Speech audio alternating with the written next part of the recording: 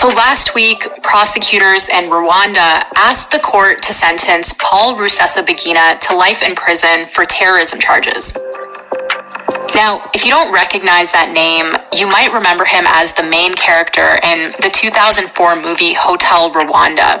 This is the man who took over the hotel in the capital, Kigali, and sheltered 1,200 Tutsis from the Hutu militia that killed hundreds of thousands of people in 100 days. Human rights organizations say Rusesabagina was kidnapped by the Rwandan government and then brought to the country for a show trial.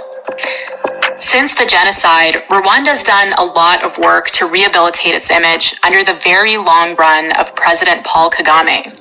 Ever since 1994, the official narrative and the narrative that the world has largely accepted, and Western leaders have largely accepted, is that Paul Kagame is the hero of the genocide. That's Jeffrey York, the Globe's Africa correspondent.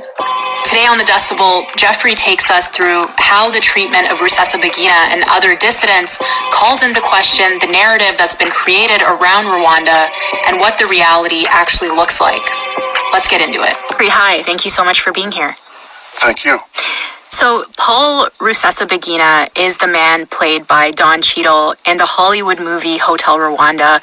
He's currently sitting in a Rwandan jail facing charges of terrorism. Tell me how he ended up there. Well, it's interesting, when that movie first came out, Paul Kagame, the president, attended the premiere of the movie in Kigali and indicated no problems with it. He seemed very happy with it. But shortly after that movie was released, Mr. Rusesabagina released his autobiography and was quite critical of the Kagame regime. And that was when it all started to go downhill for him.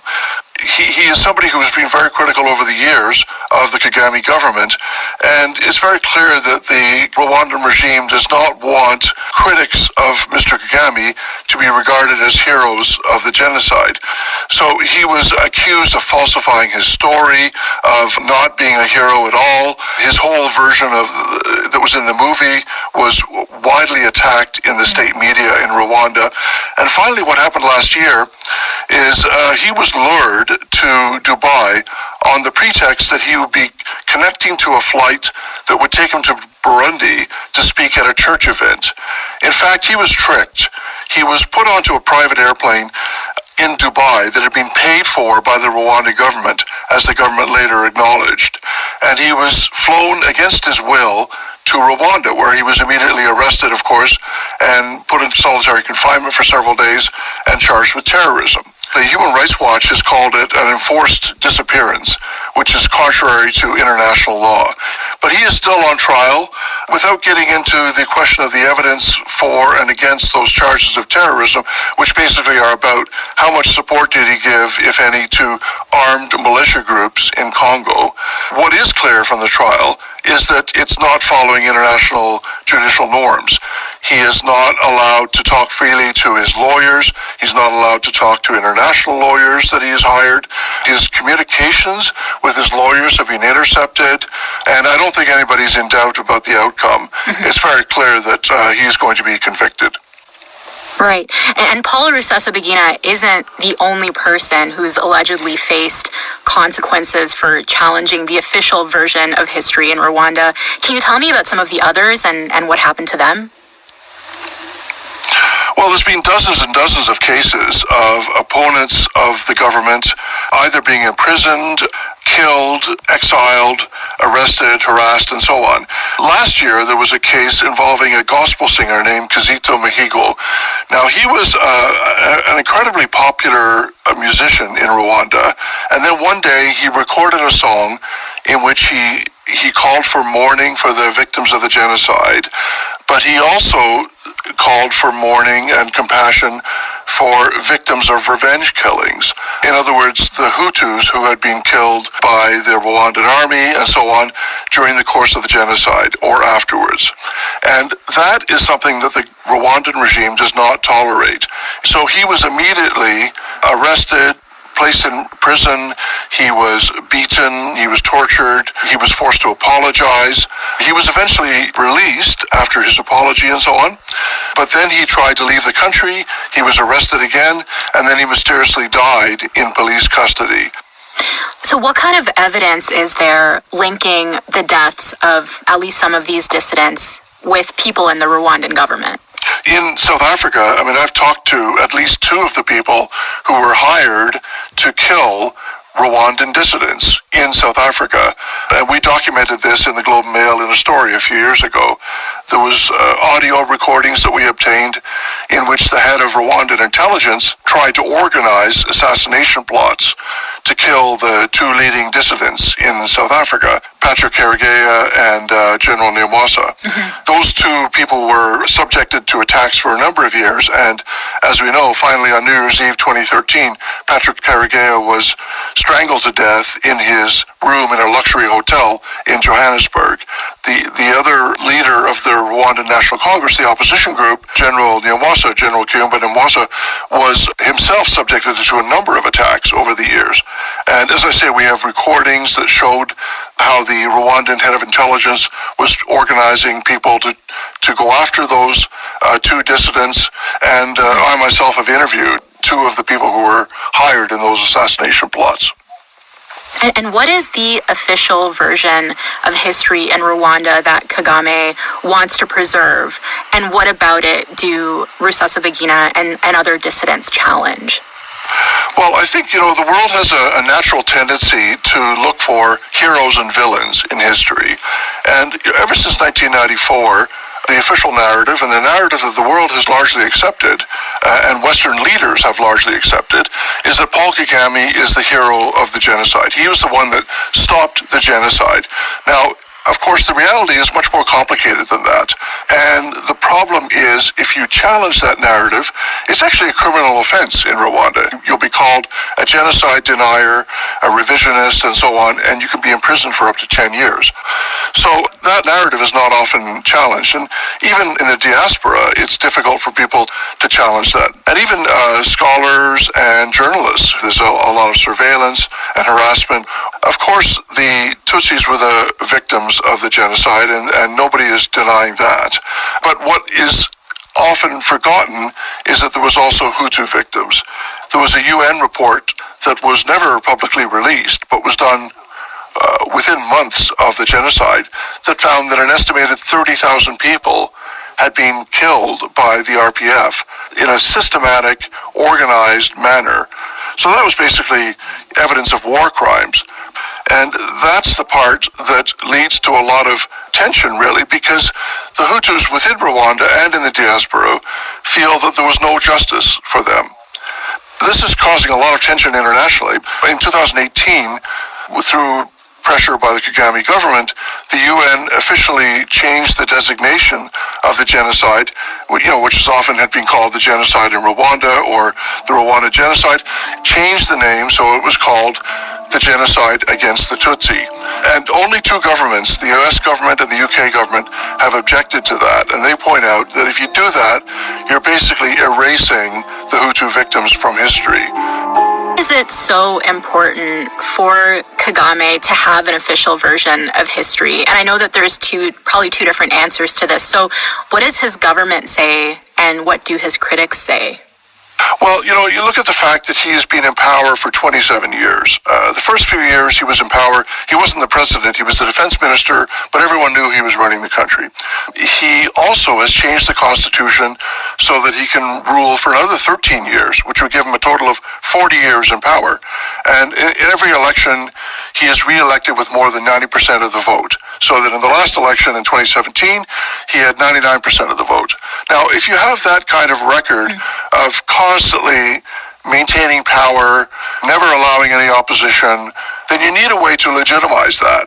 You need a way to tell the world, don't worry, it's not a fair system, I'm always getting re-elected, but don't worry, I'm a good guy. So the main reason that he tells the world that he's a good guy is because of the events of 1994, where he is portrayed as the man who stopped the genocide. That's a big, big part of his legitimacy. He doesn't have democratic legitimacy because nobody really believes those elections, especially when his opponents have been either disqualified or arrested or jailed or whatever. Right. I think a lot of people, at least here in Canada and in the US, think of Rwanda as a success story now. So many people do credit Paul Kagame with ending the genocide. The country's called a model for truth and reconciliation after conflict. I've heard about Rwanda's high proportion of female politicians. It's a tourism destination. How do we square that with this political violence that we've been talking about? There's many governments that are heavy donors to Rwanda, to the Rwandan government, including Canada. This kind of mythology about it being a model for the world is often used to justify these hundreds of millions of dollars in annual donations that many governments are giving to Rwanda.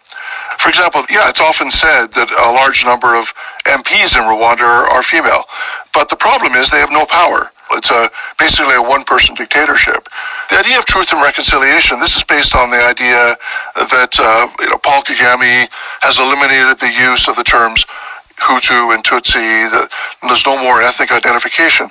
But that's also a bit of a myth, because if you talk to Rwandans, they all are very aware of their ethnic identity. Of course, everyone knows that the Rwandan government is dominated by the Tutsi.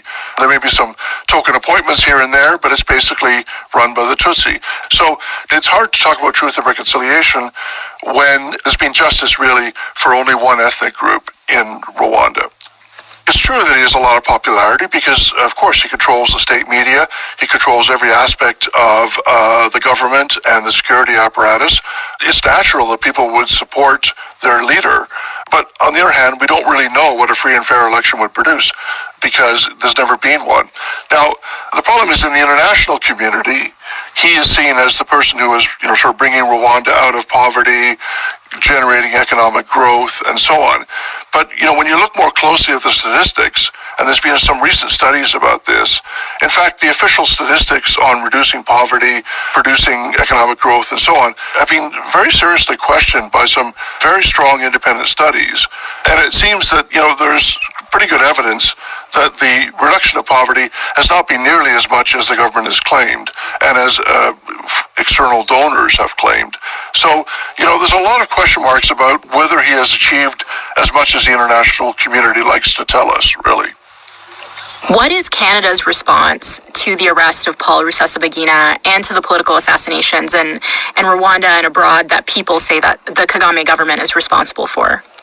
Yeah, the Canadian government has been very quiet about all of that. I have asked them what their position is on the trial of Paul Rusesabagina, and they have said simply that they think he'll be provided a fair and transparent legal process by the relevant authorities. So that's saying that they basically trust the system in Rwanda. A few other, human rights groups and so on have been very critical and have questioned whether there is an independent justice system in Rwanda that can be relied upon to give a fair verdict in a case like this. So Canada's been very quiet. And I think this is part of a larger pattern. Canada, over the years, since 1994, has provided more than $500 million in development aid to Rwanda. So to a large extent, Prime Minister Trudeau has hitched himself to the Kagame government. And now, if you look at the reasons for that, I think the main reason that it's easy for the government to do that, the Canadian government, is that in Canada, we only have a vague notion of Rwandan history. And that notion was very much cemented into place in 1994 and 1995 when the narrative from the mainstream media in Canada and internationally was that the Kagame government and the military, the RPF, was basically ending the genocide. That once that narrative cements itself into place, then Canada, like most other countries, has very much this view of good guys and bad guys. And as long as Paul Kagame continues to be seen as a good guy, then Western governments are not really talking about the evidence of war crimes, the assassinations, human rights abuses, all the evidence that Rwanda is very much almost a totalitarian state. Why do you think that was? Why was there so little reporting by the many journalists covering Rwanda about the other side of this? There was a recent book by the British author Michaela Wrong. The book is called Do Not Disturb, which is a reference to the hotel room where Patrick Karegeya was killed on New Year's Eve 2013. But it's also a reference to the Western world's, the Western government's attitude towards Rwanda, which is also Do Not Disturb. And she looked at how that narrative came into place in 1994. And a lot of journalists that she talked to who covered the initial period of the genocide said that they were basically traveling with the RPF. They were dependent on the RPF for translation, for transportation, and so on. So they were taken to killings that the RPF wanted to show them, and they were not shown other killings that were done by the RPF itself. So that was partly just a result of kind of the logistics of how the media were able to cover it. There wasn't much media coverage at all in the beginning days. I mean, we have to remember that 1994 was the year when Nelson Mandela became the first democratic president of South Africa. Most of the media were covering the election in South Africa. They were not covering the genocide. Mm-hmm. I wanted to, present one quote to you from this 1994 human rights interview with a policymaker in the U.S. And they said, "We have three choices: support the former genocidal government, that is impossible; support RPF, that is possible; support neither, that is unacceptable because it might result in those responsible for the genocide coming back to win." Do you think that is part of the calculation? Like, do we not want to destabilize Rwanda because maybe Kagame has been good for Rwanda? Yeah, I think you're right. Especially in the initial years after the genocide, there was an international concern that the Hutu government, the Hutu, the people who perpetuated the genocide had fled to Congo, and they could come back and fight again or try to take over the country again. So there was international concern about that, and the feeling was the only way to stabilize Rwanda in those early years was to support Paul Kagame. But what's happened is that initial decision has sort of frozen into concrete and has become a forever decision. And today, 27 years later, we still have the same policies that were determined in those early months and years after the genocide. In 2010, a Hutu politician named Victoire Ingabire came back and decided to run for president. And she said that one of the things she wanted to do was to bring justice to those who had not yet received justice, which is the Hutu victims. And she was almost immediately placed in jail for many years. So the messages from the Kagame government is that the Hutus are effectively powerless. They cannot have a legitimate campaign for president. They cannot talk about their grievances.